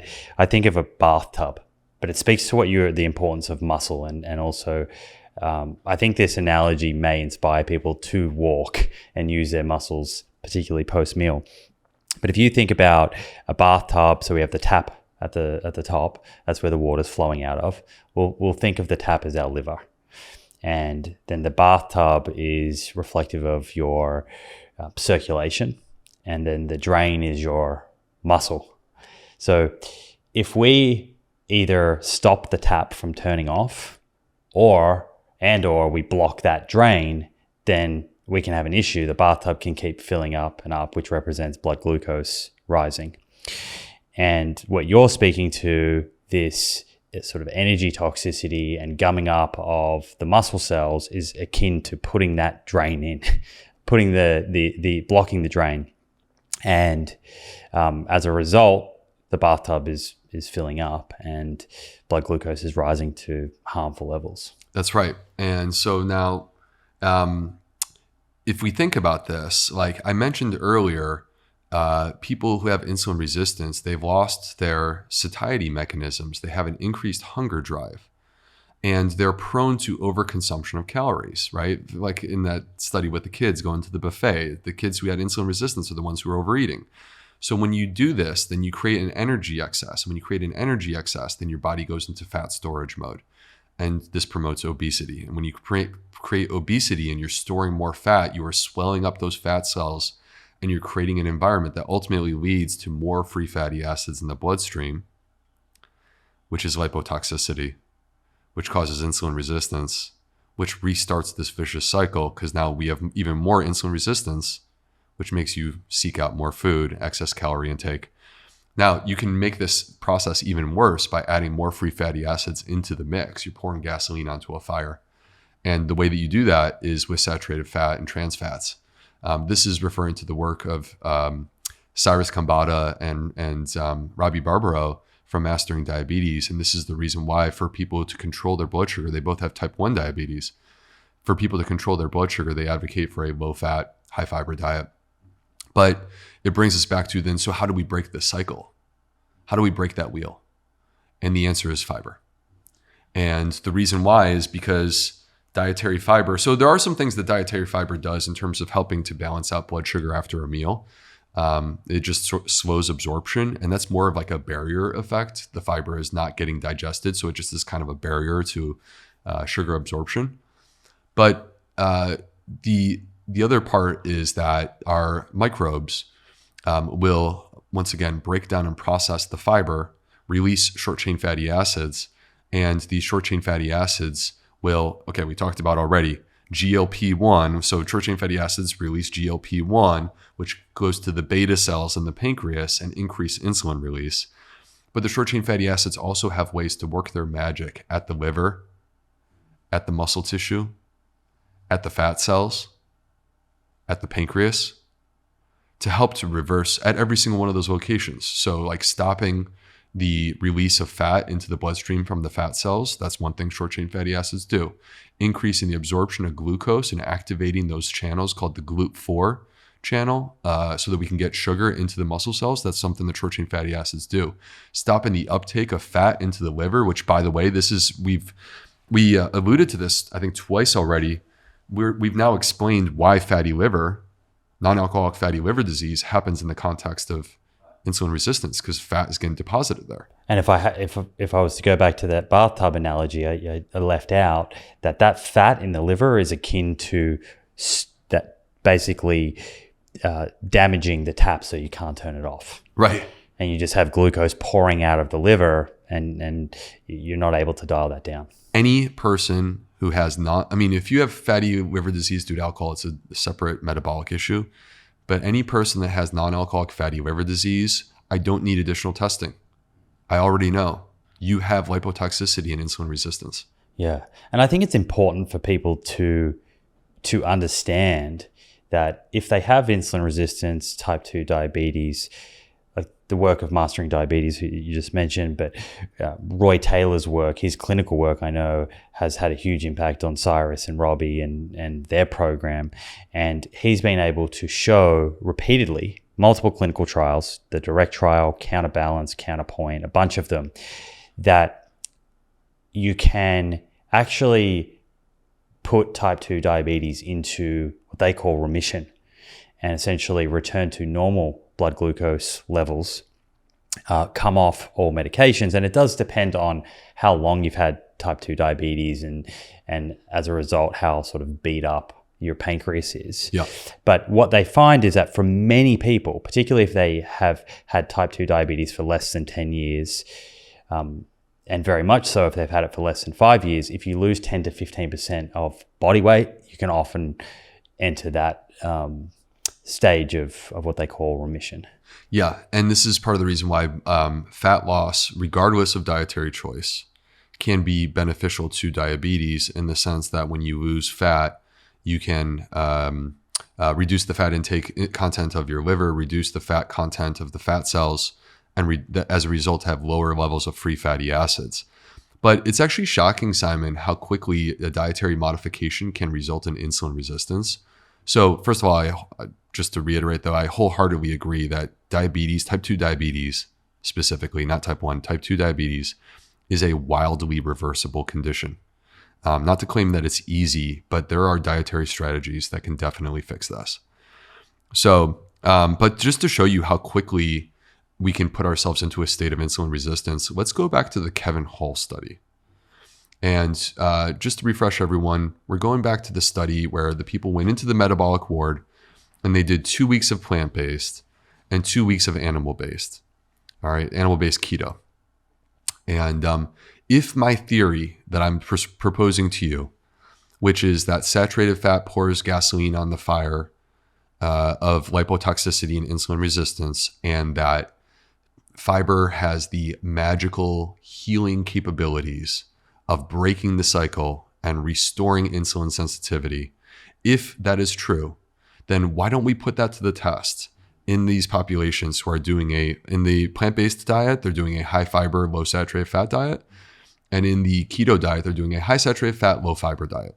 Okay, let's put it to the test and see what happens. And I'm going to, once again, for people who are on YouTube, I'm going to pull up some graphs here, but I'm going to describe what I'm seeing. So what we're looking at first are free fatty acid levels after a meal. So you can see that we're looking at time, 60 minutes, 120 minutes, 180 minutes after a meal. And the red line is the keto diet. The green line is the plant-based diet. And basically what we see in this graph, Simon, is that when people are consuming a plant-based diet, their free fatty acids are like ridiculously lower relative to the animal-based ketogenic diet. Okay. So my first part of my theory, which is the free fatty acid content, I'm on track so far, which is that the high fiber, low saturated fat diet has low free fatty acid levels, while the high saturated fat, low fiber diet has very high free fatty acid levels after a meal. But let's finalize this. One of the hallmark tests of insulin resistance is called an oral glucose tolerance test, OGTT. And the way that this works is that if you and I were both doing this, Simon, we would go in and they give us a sugar beverage, and we're both consuming 75 grams of simple sugar. And that way, if we're both consuming literally the exact same amount of sugar, we can see how high our blood sugar goes. And that will tell us whether or not we have insulin resistance, right? When we have a standardized meal and one of us is going to have a spike in sugar and the other one is not. Okay. So, and what we see in this is that, again, these are literally the exact same people, Simon. It's the exact same person. So this is not a genetic issue. Both, like every single person did both the plant-based diet and the high-fat keto diet. And what we see is that the keto diet has blood sugars that peak about 30 points higher after consuming the exact same amount of carbohydrate, sugar, as the plant-based diet. So they've induced a state of relative insulin resistance. I think some keto people might push back a little bit and say, yeah, but if you change their diet back to a high carb, high fiber diet in a week or so, they'd be back to normal. Yeah, but that if you change it back to a high fiber diet, they will be normal, and that's showing you the flexibility of the body and the metabolism, right? But also it makes an argument: shouldn't we all be consuming high fiber? Why would you not? Right. The other point that I want to quickly add is, and you've spoken directly to this, is the importance of the type of fat, because often Mastering Diabetes use a sort of low fat across the board diet, but my read on the data on liver fat and on insulin resistance is that polyunsaturated fats have a very different effect to saturated fat. Yeah, and that's why I was quite specific to say that it's just saturated fat or trans fat that where the real concerns exist. Like I'm not concerned that that the use of olive oil is problematic. Now, I will say there are people that have what we would describe as, like medically, we would describe it as brittle diabetes. And I think this is part of the motivation from Robbie and Cyrus with Mastering Diabetes, is that they both have type 1. And there's a lot of sensitivity there. And so as a result of that sort of brittle diabetes where your blood sugar can like sort of go all over the place, too high, too low, and it's just all over the place, having that sort of balance in terms of your diet and consistency, I do think that there are benefits to that in the way that they describe it. So I understand where they're coming from. So, in the first part, we did energy balance, and you challenged me to put it to the test. We talked about the Kevin Hall study here. How do we know that in this Kevin Hall study, it's the microbiome and the downstream effect that has on insulin resistance that is explaining the 700 kilocalories less calorie consumption per day and greater fat loss? Okay. I have the perfect study to demonstrate the way in which the microbiome is central to blood sugar regulation. So, I've been making this argument, talking about mechanisms, lipotoxicity, talking about the short chain fatty acid effects, and then showing in the Kevin Hall study, but the Kevin Hall study doesn't have any microbiome data. Let's talk about Liping Zhao, who is a professor at Rutgers, and a study where they took a group of people who have type 2 diabetes, so they have this issue, and they randomized them to one of two diets. The first was a standard diabetic diet that's used in China. The second was a high fiber, high prebiotic diet. Okay. So this group of people, they did these 2 diets. And what's interesting is that on the high fiber diet, they noticed a shift in their microbiome. So they were checking their microbiome repeatedly.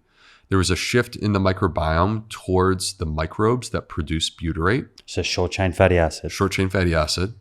You did not see that shift take place in the other diet. It was only in the high fiber diet.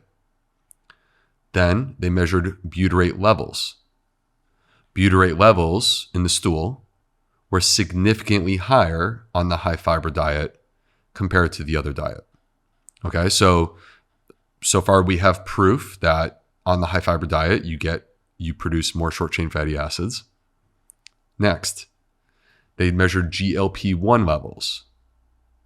GLP-1 levels were significantly higher on the high fiber diet. Next, they said, well, what effect does this have on these people? And they measured after 28 days and discovered that people after 28 days on the high fiber diet had lower hemoglobin A1C.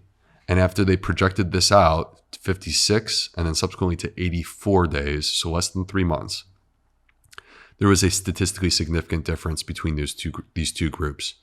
People that were on the high fiber diet had significantly lower hemoglobin A1C. Now, there's an important point that I forgot to mention earlier, but actually it's probably best that I just say it right now anyway. These diets were isoenergetic. What that means is they were calorie matched. Same calories. The other issue is that these diets had the exact same level of macros. So the difference, this was not plant-based versus keto, that was different. The difference here is really just the fiber intake. And once again, people are getting lower hemoglobin A1Cs on the high fiber diet. They also were losing more weight and they had a reduction in their blood lipids. So this raised the question, Simon, wow, is it the microbiome that is responsible? And the evidence that is not necessarily direct, but the evidence that we have is, okay, when you consume a high fiber diet, you get more of the enzymes that produce butyrate. You get more butyrate. As a result of more butyrate, you get more GLP-1. And as a result of perhaps GLP-1 plus these other factors that we've already been discussing, you get lower blood sugar, you lose more weight, you have lower blood lipids, all even though you're eating the same number of calories. Okay. But here's what they did to prove the microbiome part, just to close this out. They took the group of people that ate the high fiber diet and they said, let's actually do fecal transplants from this group from before the diet and then after the high fiber diet. And they put these 2 fecal transplants into mice. Different mice. Yes, different mice. So one mouse is receiving the pre-high fiber and the other one is receiving the after high fiber.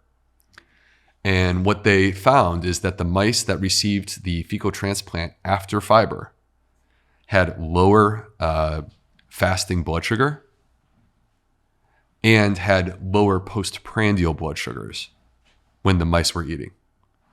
So in other words, just by shifting the microbiome, once again, they were achieving better blood sugar regulation. Okay, so that's so far energy balance, satiety, and then insulin resistance / blood glucose and how all of that relates to metabolism.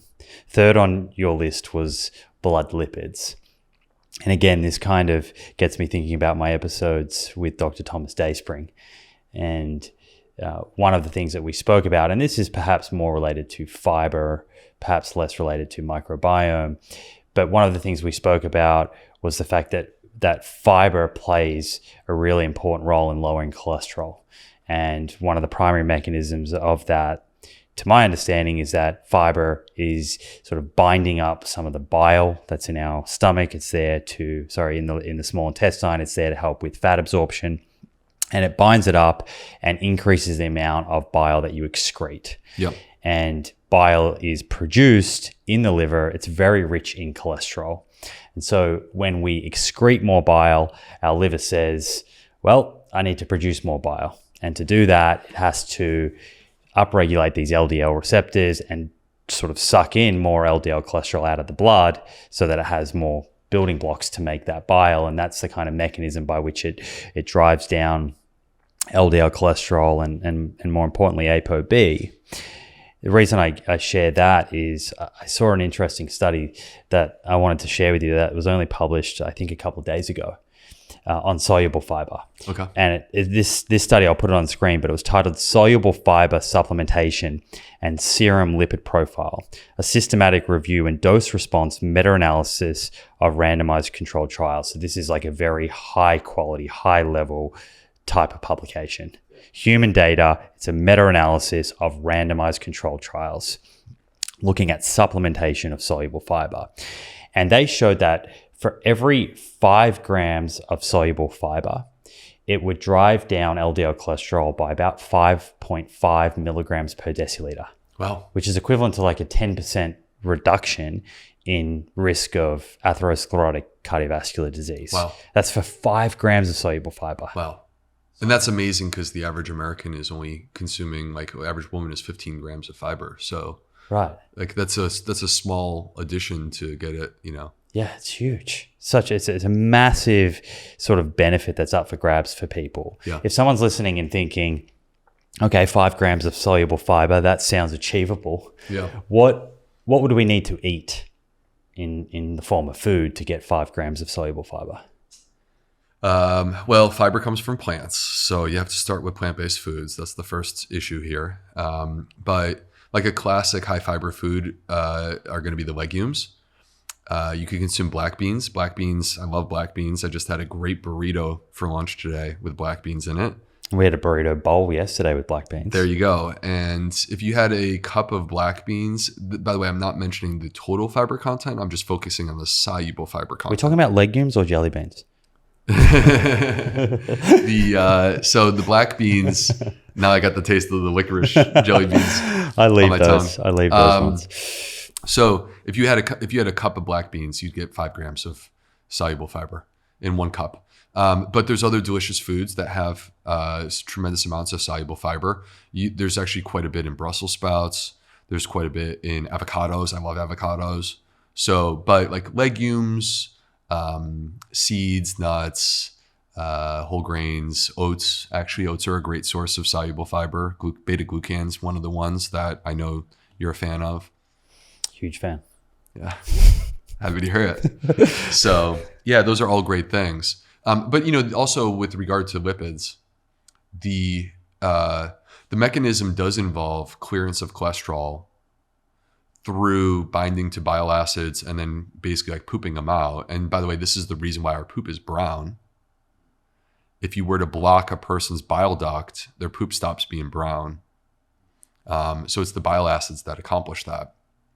So, but that's not the only way that fiber actually regulates our cholesterol levels. Fiber, short chain fatty acids, once again, come through and have an effect at the liver in terms of the production of new cholesterol.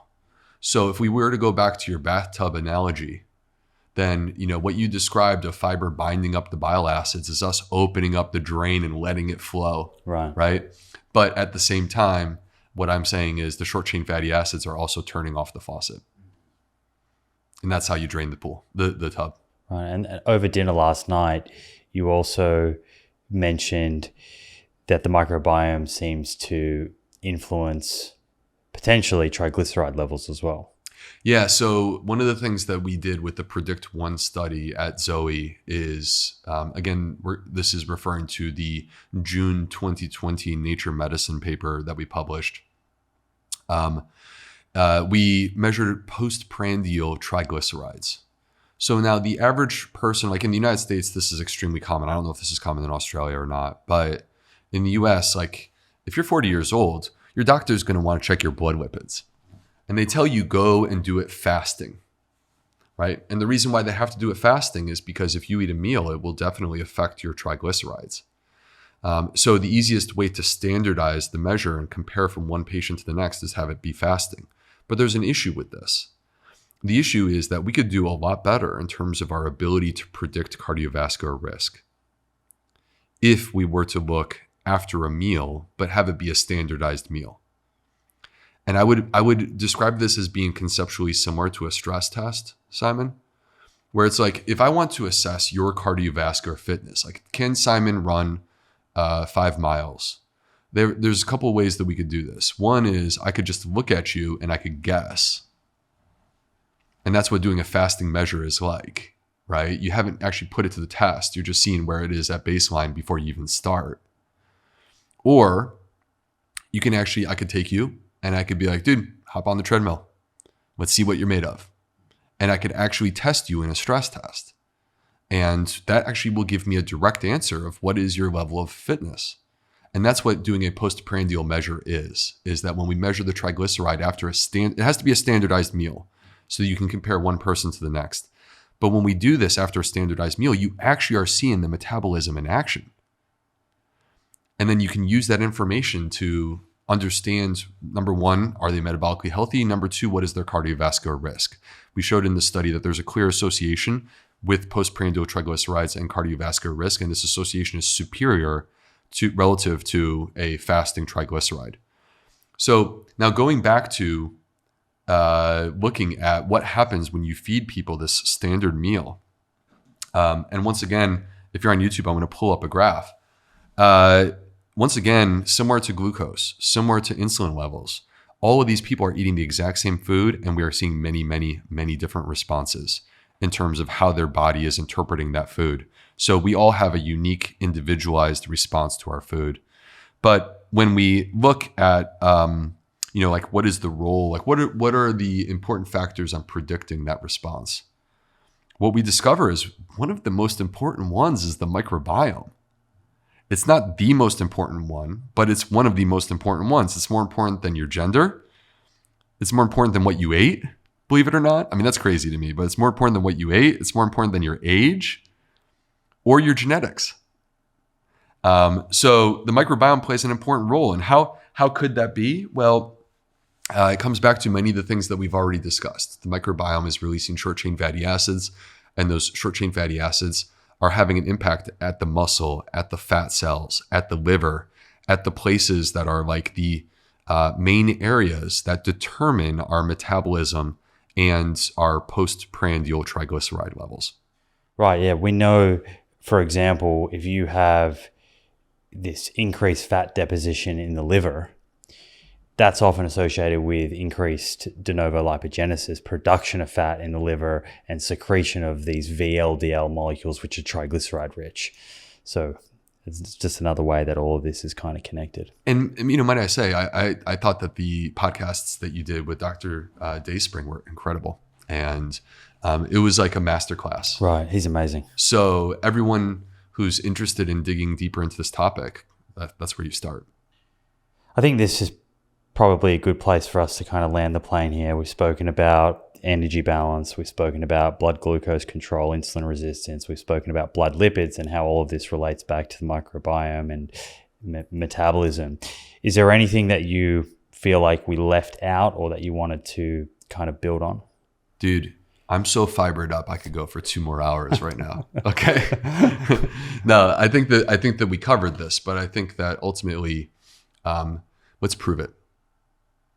Let's prove it. So what we have been talking about is mostly the effects of fiber, but the effects of fiber through the lens of short-chain fatty acids that require our gut microbiome to produce them for us.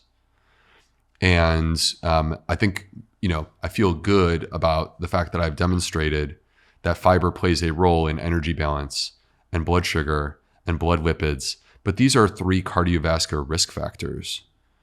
And the question is, what happens when people consume more fiber? What does that all amount to? Yeah. What are the health outcomes? What do we get? Right. Because people listening are, what they really care at the end of the day is not what their blood glucose control is or what their blood lipids are. They really care, am I going to develop type 2 diabetes? Am I going to have a heart attack or a stroke? Yes. And we should bear in mind that these cardiometabolic diseases, these are among the most threatening to our lives that exist. So the number 1 cause of death in the United States is heart disease. The number 5 cause of death is a stroke. The number 8 cause of death is diabetes.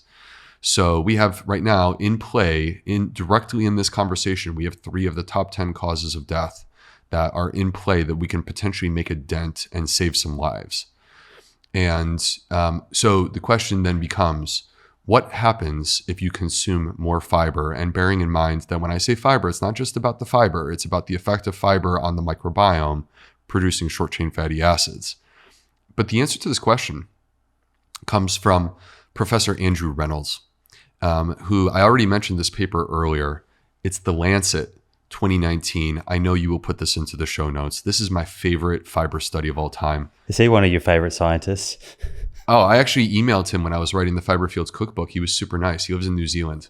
He's done some great work. Yeah. So I'm a huge fan of his. And by the way, I should mention that I have a review article that's going to be coming out in the American Journal of Lifestyle Medicine, all about the role of fiber in cardiometabolic diseases and all of this stuff that we've discussed here today. You'll probably have a link to that on your website, I imagine. When it comes out, I will definitely be sharing it to social media. Yeah. So, but this one study is a great place. If you want to read one study, here we go. Okay. So in the largest study to ever aggregate all of the available data, all of it, in a systematic review and meta-analysis about dietary fiber. And by the way, the reason why this is important to aggregate all of it is that we can't be cherry picking the studies that we like. Let's find all of the information, put it all together, and remove the bias. That's what we're doing here. And we have literally, Simon, more than 120 million person years of data that we are drawing from in this study. And what he found in this particular study is that people who consume more dietary fiber are less likely to have a heart attack, are less likely to die of heart disease, are less likely to have a stroke, are less likely to be diagnosed with diabetes, are less likely to die of any cardiovascular disease, whether it be a heart attack or a stroke, and less likely to die, period. Like, people live longer because they consume more fiber.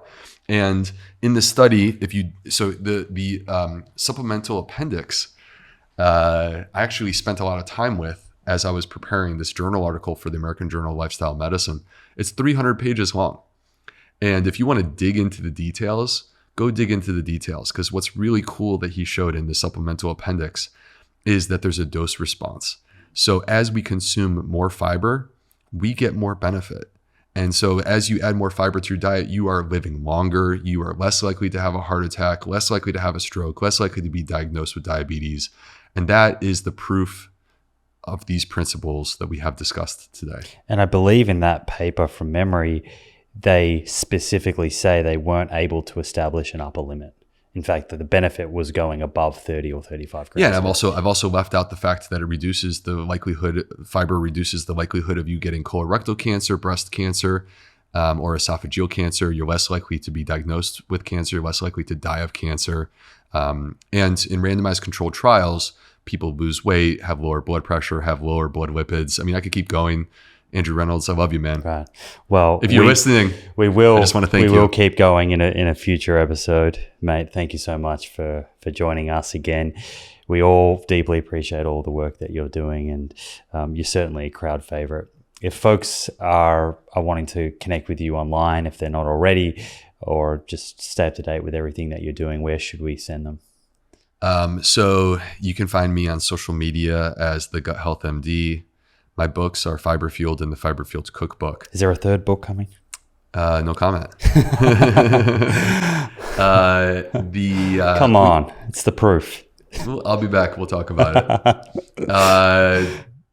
We talked a lot about bioindividuality and how we all have a unique response. And we talked about the role of the microbiome.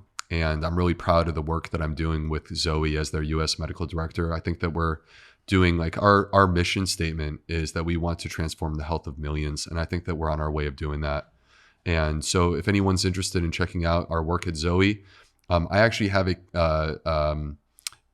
free webinar that people can check out that you can find at my website. You can DM me if you want information, or you can go to joinzoe.com and use the code Dr. Will B10 to save 10%, which is, I mean, it's worth it. So Zoe is not available in Canada or Australia at this point. I hope we will be in the future. And then the last thing I want to say is that I'm super excited about 38 Terra, which is the supplement company. Our first product will be launching later this year, I think probably roughly September. What's that called? So I'm not going to reveal any details today, other than I'm going to say that the first product is called Daily Microbiome Nutrition, and we're going to be feeding some microbes. They will be satiated. Those microbes will be satiated. Okay, with all the goodness of a wide variety of plants and prebiotics. Okay. And based on your earlier answer, I have the feeling there's a third book underway. You won't quit it, will you? So anyway, if you want to learn more about 38 Terra and hear about that when it happens, 38terra.com, 38tera.com. Dude, let's do a podcast with Andrew Reynolds sometimes. Wouldn't that be cool? For sure. Yeah, pencil that in. That'd be amazing. And we'll put links to all of that into the show notes. Thank you for having me. Thank you, Proof listeners. Love Thanks y'all. for joining us. There you have it, friends. I hope you enjoyed this episode. If you did and want to stay up to date with future episodes, be sure to hit that subscribe button on YouTube and follow on Apple or Spotify. Finally, thank you for showing up and the effort that you're making to take control of your health. I look forward to hanging out with you again in the next episode.